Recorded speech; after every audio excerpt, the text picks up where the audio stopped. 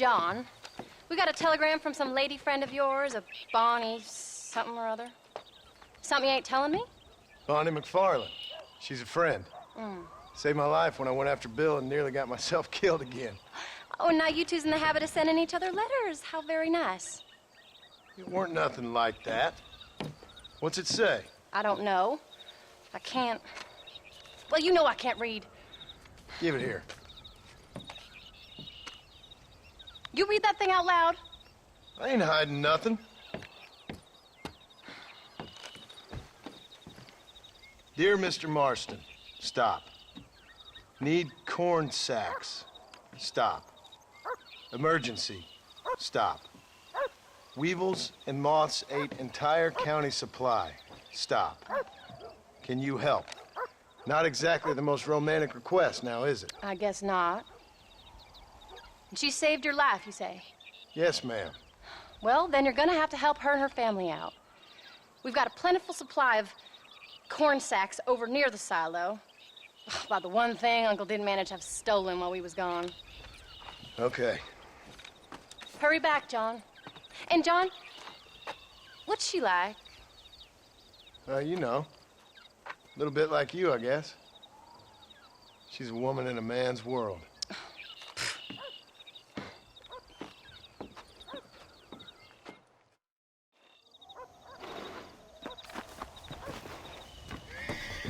John, wait!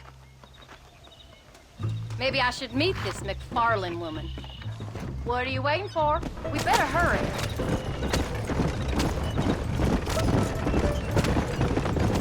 I don't think I can let you go off again without me. Fair enough. I'm glad of the company. You only had to ask. Ask? I was waiting for you to ask me. I thought you'd want to keep an eye on the boys. Oh, while you were off cavorting with cowgirls in the next county? I don't think so, John Marston. You only just got home. That Jack has seen enough of me for a lifetime. So, is she married? This Bonnie McFarland? No. What does she look like? I don't know. Pretty normal, I suppose. Normal? What? Normal like me? No. Normal as in 2 eyes, mouth, nose, that kind of normal. Besides, ain't no woman fine as you. A little flattery. Now we're finally getting somewhere. If you find yourself in a hole, the first thing to do is stop digging. Another pearl of wisdom from John Marston. I sure do miss those. I never took you for the jealous type, Abigail. I ain't jealous so much as curious. You heard what she wrote. It's just some corn. She saved my life, and she was decent enough to me, so I owe her this much at least. Why are you stopping? How did she save your life anyway? She found me half dead on the side of the road and took me to the doctor. Most folks would have left me there. Half dead from what? Bill didn't take so kindly to me visiting on him now. Bill never did like surprises. How was he? Same as he was when we left. Angry and dumb.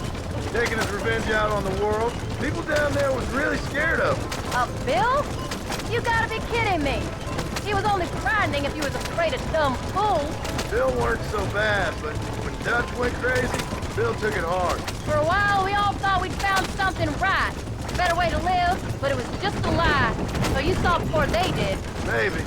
But they was still kind of a family. A family that left you for dead. You knew the truth, John, and they hated you for it. Where did they take you? Who? Those government bastards. Where did they hold you and Jack? I ain't sure. They kept their eyes covered there and back. Can't have been too far from here, though. They treat you right? It ain't the first time I've had a gun to my head, John. You're forgetting your marriage proposal. Very funny. No, they learned pretty quick what would happen if they laid a finger on me. Sons of bitches. It wasn't them or being there. I didn't care about that. I've been in far worse situations. It was the waiting. I didn't know if you was coming back. Of course I was coming back. You were only supposed to be gone for a couple of days. It took longer than I thought. The only thing Bill and Dutch was ever any good at was not getting caught. I started thinking you'd gone back to them. Crack that whip, John, or we'll never get there. That life's over. I hope you're right. Bill, Javier, Dutch, they're all dead. It don't get more over than that.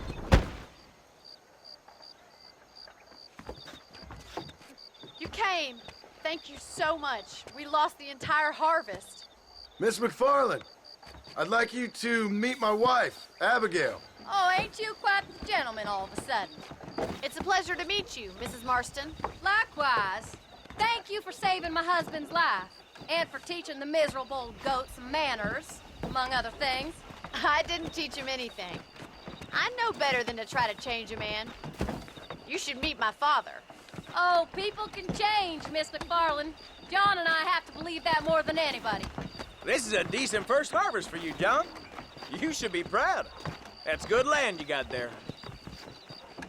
How are you feeling, Mrs. Marston? From what your husband told me, it must have been awful for you. I've been through worse, and I knew he'd be back before too long. He can't cook a meal to save his life. Abigail, in my darkest hours, when I was most homesick, just the thought of one of your rat meat stews kept me pushing forward. Well, about as amusing as a weeping saddle sore, ain't he, Miss McFarland? If you're gonna start yammering about women's work, John, I'd say you might be in the wrong company. I'd say so, too. I never felt so outnumbered.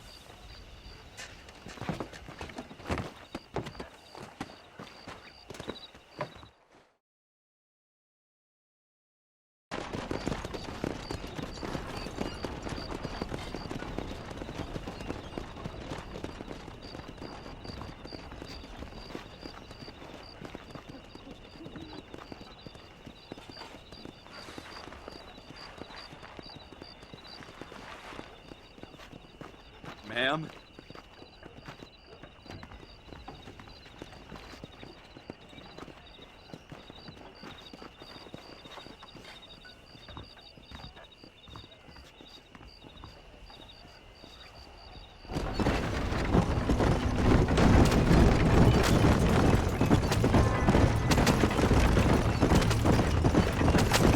So that was the famous Bonnie. That was her, all right. She's pretty. She's normal, like I said. Well, you always wanted to be a rancher. I'd have thought she'd be just your thing. The perfect rancher's wife, if I ever saw one. I already got a rancher's wife. I'm only teasing. I like her, and I'm glad she saved your life. Most of the time, anyways. The McFarlands are good people. She did blush redder than a shepherd's sunset when she saw you, though. I have that effect on women. You've clearly had one too many blows to the head. You ain't wrong about that, Mrs. Marston. That's quite a ranch they got there. That'll be us someday. As soon as we get back on our feet. I don't know, John. How many times can we start again? An outlaw and a working girl. We ain't exactly farmers. We are now. Forget that life. It's over. Do you really believe that? We have to. It's the only way we'll ever have a future. The life we led, that doesn't go away. It's never over. You think those government men are just gonna leave us alone now? The old gang's dead. I did what they asked. And that's it? A life of crime forgiven? We're back together, ain't we? Till they decide you owe them something else. Sometimes I think I was the stupid one for believing I could get out. Maybe Dutch, Bill, and Javier were just being honest with themselves. You ain't perfect, John, and I sure ain't. But you're better than they are, than they were. Maybe we can't change. But we gotta try, for Jack's sake. Even if we have to start again 100 times. It's better than going back to what we were. How's Jack doing? Angry, upset. He's been through a lot. I hope he's gonna be all right. It's gonna take time. For a while, his world was safe. Normal, even. Then it got turned upside down again. He ain't saying much about it. I've tried to talk to him, but how do you explain any of this? What do you say when he asks about Uncle Bill and Uncle Dutch? They were his family when he was a little boy. He hides away in those books of his. Wouldn't you? It ain't like the real world's done him many favors. He's just been kidnapped. He grew up with the gang. That's no life for a boy. We did our best to protect him. Come on, John. He saw things no boy should see. Well, now we got a chance to make it right.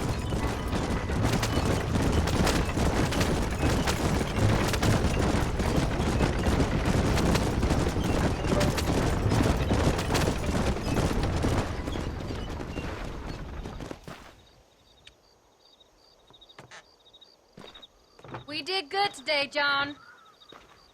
I guess I better go fix us something to eat.